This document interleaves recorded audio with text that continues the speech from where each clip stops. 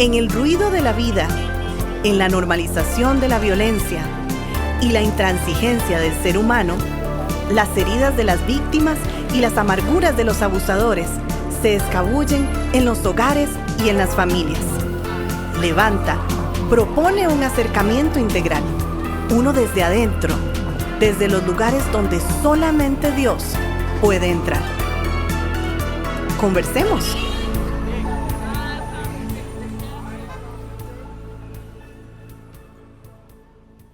Es muy importante que hagamos la conciencia y que estemos bien sabidos de que si pensamos mal, sentimos y actuamos mal.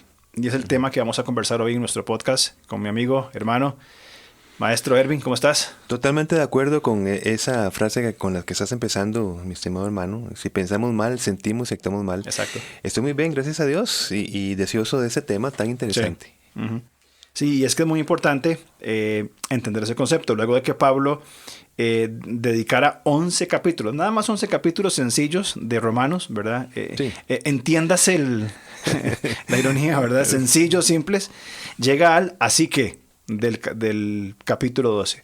Y ese así que nos conduce a una invitación de transformados por medio de la renovación de vuestro entendimiento.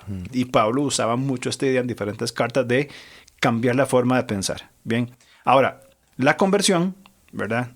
Diferente a la justificación, para quienes nos escuchan, dejar bien claro ese concepto, deja ser entonces un acto envuelto en algún misticismo, bien, porque es más que un acto. La conversión es un proceso que va a durar toda la vida y va a ir mostrando frutos. Entonces Pablo apela a un cambio de mente en un proceso de toda la vida que tiene que ver con nuestra conversión, ¿cierto?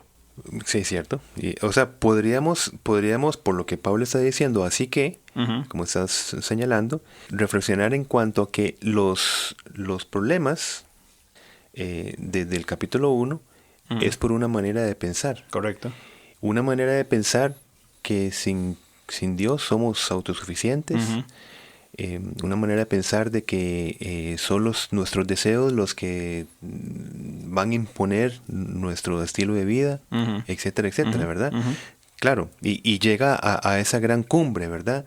Una transformación de la forma de pensar. Exactamente. Y que queda claro como una manera de pensar se relaciona con lo que sentimos y hacemos, porque también va a ser el mismo apóstol Pablo el que va a decir, y justamente a los romanos, vaya, previamente, ¿verdad? En 6:17 va a decir: pero gracias a Dios que aunque erais esclavos del pecado, habéis obedecido, o sea, se refiere a una conducta, correcto, de corazón, se refiere a unos sentimientos, a aquella forma de doctrina, se refiere a un intelecto, a la cual fuisteis entregados. Es decir, por haber recibido una doctrina que empieza a transformar la manera de pensar, empieza a afectar funcionalmente correcto, nuestra manera de sentir y nuestra manera de conducirnos. Totalmente de acuerdo, totalmente de acuerdo.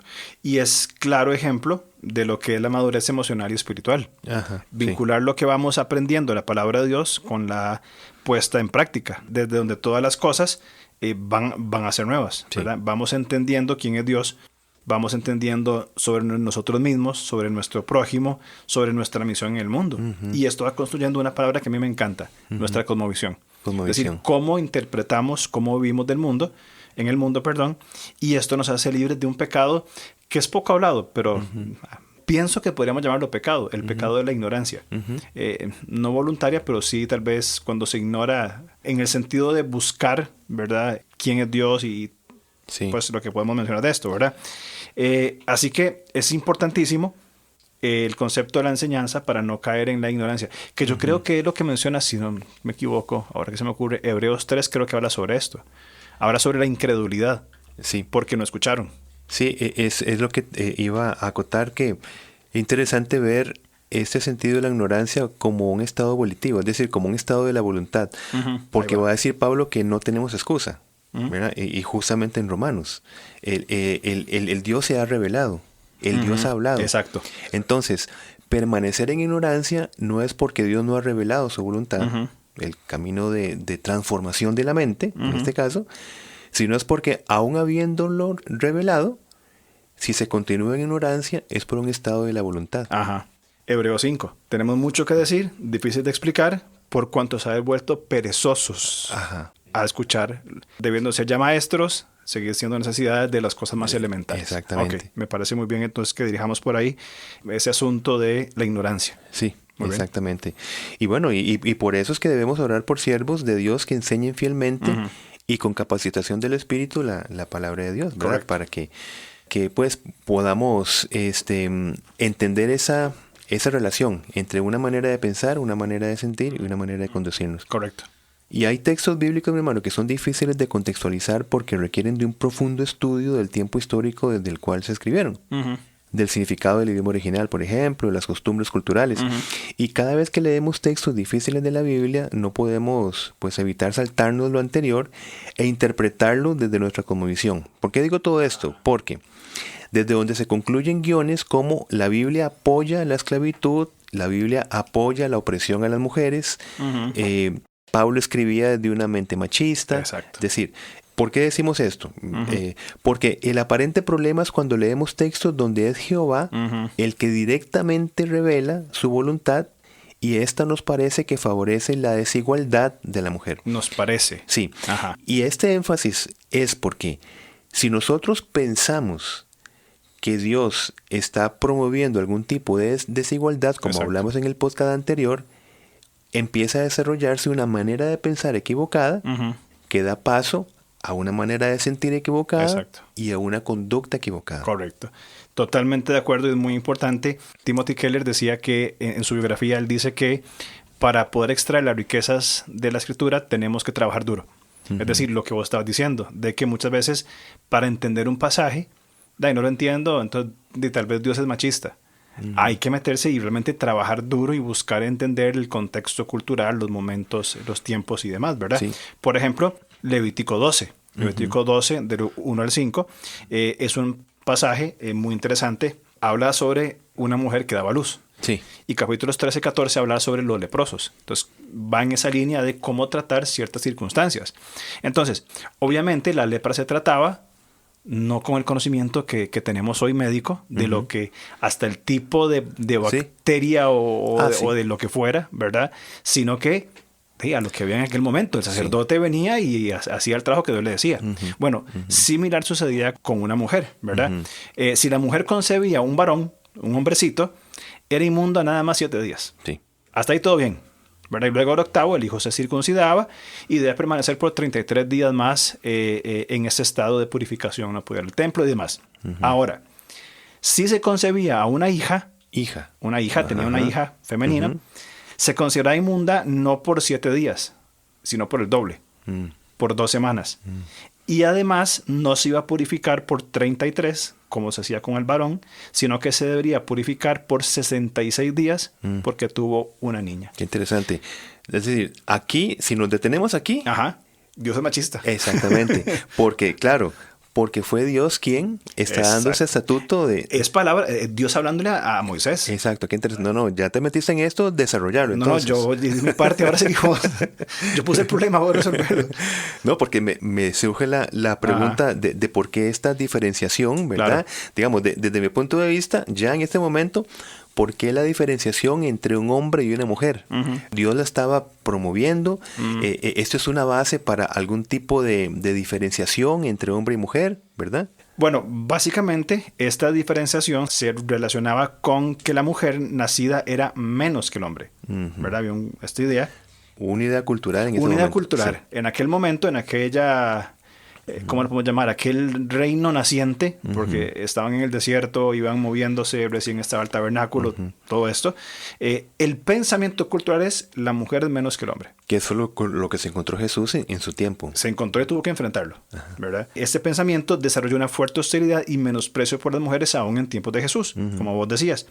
Hablamos que la misma naturaleza del cuerpo de la mujer, o sea, su sangrado natural, era condenada, ¿verdad? Entonces, ahí radicaba una diferenciación, en el hecho de que culturalmente se veía que la mujer era menos que el hombre desde aquellos tiempos.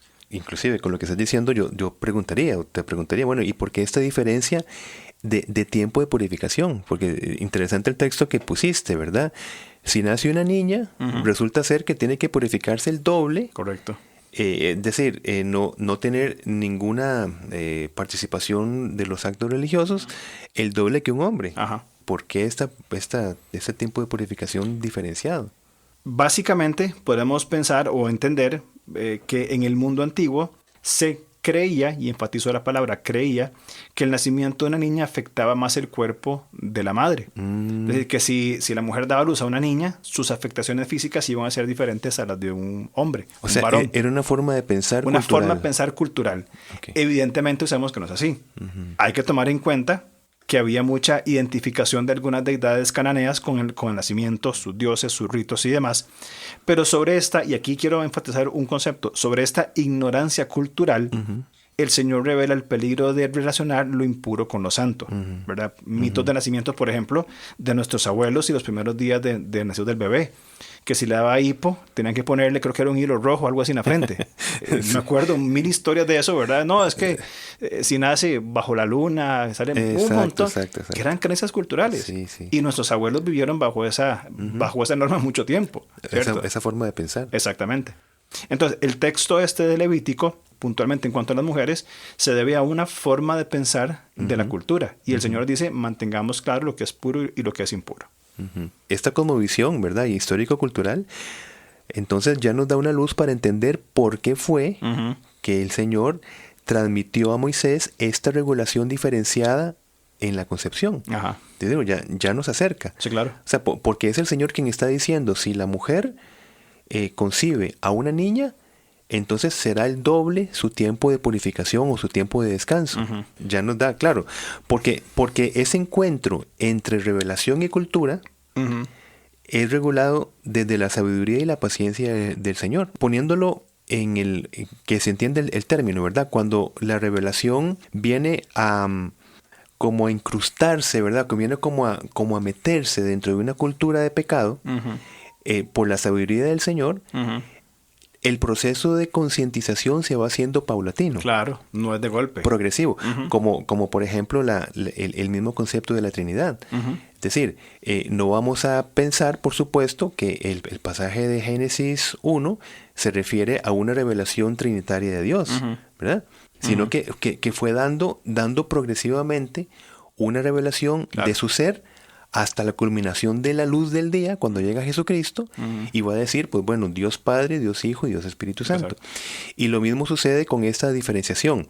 Si culturalmente se asumía que la madre quedaba más afectada interiormente por haber concebido a una mujer, culturalmente... Ajá, porque biológicamente no hay diferencia. Exactamente, sí. O sea, si se pensaba, como decías vos, por la relación de esta cultura cananea y otros, y otros conceptos, simplemente se pensaba que la niña causaba más daño interior en el interior de una madre, por ejemplo. Se creía eso. Okay. Entonces, el sentimiento correcto, o sea, el que Dios procura sobre esa conceptualización cultural, el de la madre, ¿verdad?, requería que permaneciese recluida durante más tiempo. Es decir, ve la compasión del Señor. La gentileza, ¿verdad?, de Dios. Claro. ¿Por qué? Porque era una manera de pensar, da una manera de sentir. Exactamente. Entonces, si viene el Señor y dice, pues bueno, si se concibe una niña, va a descansar el doble. Pero era, otra vez, termino el punto, para cuidar el pensamiento y sentimiento cultural de esa época donde se creía, o sea, donde la madre realmente creía que había concebido a un ser femenino que le causó más destrozos interiores en su cuerpo. ¿Verdad? Y no es una diferenciación que el Señor está haciendo, sino para cuidar el sentimiento cultural. Y eso implica, y creo que aquí espero que se me entienda bien lo que quiero decir, que el Señor también entiende y sabe que vivimos en una cultura. No acepta ni da por verídicos los decretos de nuestra cultura, pero sí en estos conceptos el Señor es compasivo, es gentil, es decir, bueno, paciente. Dios diría, yo sé que no pasa nada más que exactamente lo mismo, pero por cuidar lo que vos decías, su aspecto emocional, sí, ¿verdad? Vamos a establecer principios y regulaciones de comunidad en una naciente nación que la persona pueda sentir y pensar para que pueda actuar correctamente. Correcto. Y no es que en absoluto Dios se adapta a la cultura. No, para nada. O sea, que Dios adapta sus propósitos según los estándares de la cultura, ¿verdad? No, sino que Dios empieza a transformar pacientemente y progresivamente una cultura que está permeada por una forma de pensar equivocada. Y lo tenemos, por ejemplo, en los temas como la esclavitud. Exactamente. Como hablamos en otro de los podcasts. Cuando Dios regula los tratos de amo-esclavo, no es porque está de acuerdo con la esclavitud. Exactamente. Es porque empieza a regular poco a poco una cultura permeada por la idea de que hay personas, digamos, superiores a otras, y progresivamente empieza con un sentido de protección hacia el vulnerable, y donde posteriormente ya viene las palabras de Pablo, donde ya en Cristo no hay ni esclavo ni amo, ¿verdad? Y aún tomó 1500 años para que se aboliera la esclavitud. Hasta que hombres creyentes que entendieron el concepto de mucho tiempo de revelación y madurez llegaron a escribir documentos, decir, no más esclavitud. Pero fue un proceso, igual que la forma de alimentarse. Comienza con una alimentación vegetariana, pobres de aquellos hombres, ¿verdad? Solamente vegetales de aquellos días, y comienza un proceso de revelación, de aprendizaje paulatino. Sí, así es. Ok, dicho eso entonces, entendemos que la revelación de Dios es como dice Proverbios 4:18. La luz de la aurora que va en aumento hasta que el día es perfecto. Bien, paulatinamente. Y la humanidad tuvo que aprender el kairos, el tiempo, el escenario de Dios, para que el entendimiento de la voluntad de Dios fuera perfecta en la enseñanza y la obra de Jesucristo. Por eso Gálatas 4 dice, en el tiempo establecido, Cristo nació de mujer. Muy bien. Y qué bonito, bueno, todo esto es, ojalá, esperamos que estemos claros hasta el momento en por qué se está hablando de esto, porque desde una manera de pensar, inclusive si se piensa que Dios dice tal cosa, si se piensa que Dios establece desigualdades, por ejemplo, repercute entonces en nuestra manera, por supuesto, de esa manera de pensar, nuestra manera de sentir, nuestra manera de percibir, nuestra manera de conducirnos, nuestra manera de hacer teología, la manera de predicar, la manera de conducir la iglesia o la familia, etcétera, ¿no? Esto lo conectamos, ¿te acordás con el episodio de la mujer, Jesús y la mujer con hemorragias continuas? Este podcast se sustenta en que de una manera disfuncional, como estamos hablando, se generan y sostienen actos violentos. Ahora, si en el podcast anterior notamos cómo una cultura agresora en contra de la mujer buscaba avergonzarla públicamente, ¿verdad? En Juan 8:1-11, un encuentro con Jesús llevó a una mujer a una exposición pública, pero desde la validación de su cuerpo, de su feminidad. Cuando Jesús intencionalmente pregunta, ¿quién ha tocado mis vestidos? O sea, ¿por qué decimos feminidad? Porque evidentemente es una facultad femenina el hecho de que tenga su sangrado natural. ¿Ves? Entonces, claro, Jesucristo, al preguntar públicamente quién me ha tocado, en medio de una multitud, sí, se va a fijar en la mujer que llevaba hemorragias continuas y que culturalmente se veía como menos que. Exactamente. Es lo que quiero decir. Sí. Ahora, esta mujer con esta condición había sufrido muchísimo, ¿verdad? Sí. De muchas formas. Había sufrido físicamente, estar con una hemorragia constante, y más en aquellos tiempos en cuanto a los recursos de salud eran totalmente carenciados, ¿verdad? Claro. Pero también material. El texto dice que había gastado todo lo que tenía en médicos, en el versículo 26, y nadie le ayudó. Sí. O sea, lo último fue, bueno, voy donde el Señor, ¿verdad? Sí. Ahora es claro notar también su nivel de autoestima, su categoría social, porque ya no fue como Jairo o como otras personas, centuriones, que vinieron de frente a buscar a Jesús. Ella por detrás, dice, se acercó a Jesús por detrás para tocar su manto. Tenía una conciencia implantada de una marginación pública tremenda, ¿verdad? Una mujer, bueno, ahora sí era pobre porque había gastado todo lo que tenía, una mujer pobre con una enfermedad física que de acuerdo a la ley tenía que mantenerse en ciertas condiciones de pureza. Se acerca a Jesús y aquí es donde Jesús actúa. Y como pasó con la mujer en Juan 8, ¿verdad? Con la que llamamos la mujer adúltera. Bueno, la pareja adúltera. Sí, la pareja, pero solo ella agarraron. Fue la mujer la más vulnerable. Sí, ¿no? Como siempre. Sí. Bueno, como pasó con esta mujer en el Juan 8, Jesús la visibiliza, ¿verdad? Y le restaura en su salud pública. Y qué importante. A mí me parece tan maravilloso que Jesucristo, y en medio de un alboroto, es que tenemos que usar un poquito de buena imaginación. Exacto. Porque no es un susurro, ¿verdad? Él tuvo que gritar, ¿verdad? O por lo menos de una manera muy firme, decir, ¿quién me está tocando, verdad? ¿Quién ha tocado mi manto? Y por supuesto, cuando se descubre la persona, pues esta mujer despreciada es llevada a que se visualice. En la mujer de Juan 8 era por su voz, que ella pueda hablar. Y en este caso es que se centra la mirada en esta mujer, y me imagino la expectativa. Esa mujer, primero, ¿qué está haciendo aquí? No debería estar aquí. Exacto. Por su condición de sangrado. Exactamente. Que aún los discípulos le dijeron, Señor, pero ahí estamos en medio de un grupo, un montón de gente, y preguntas quién te ha tocado, ¿verdad? Sí. Pero él sabía que era lo que estaba sucediendo. Ahora, esa visibilización es sumamente importante, ¿verdad? El Señor hace visible a esta mujer, y nosotros insistimos, ¿verdad?, en que la violencia toma su fuerza desde el silencio y la ignorancia, que son dos puntos sumamente importantes. Hablamos también anteriormente sobre la ignorancia, que es muy importante.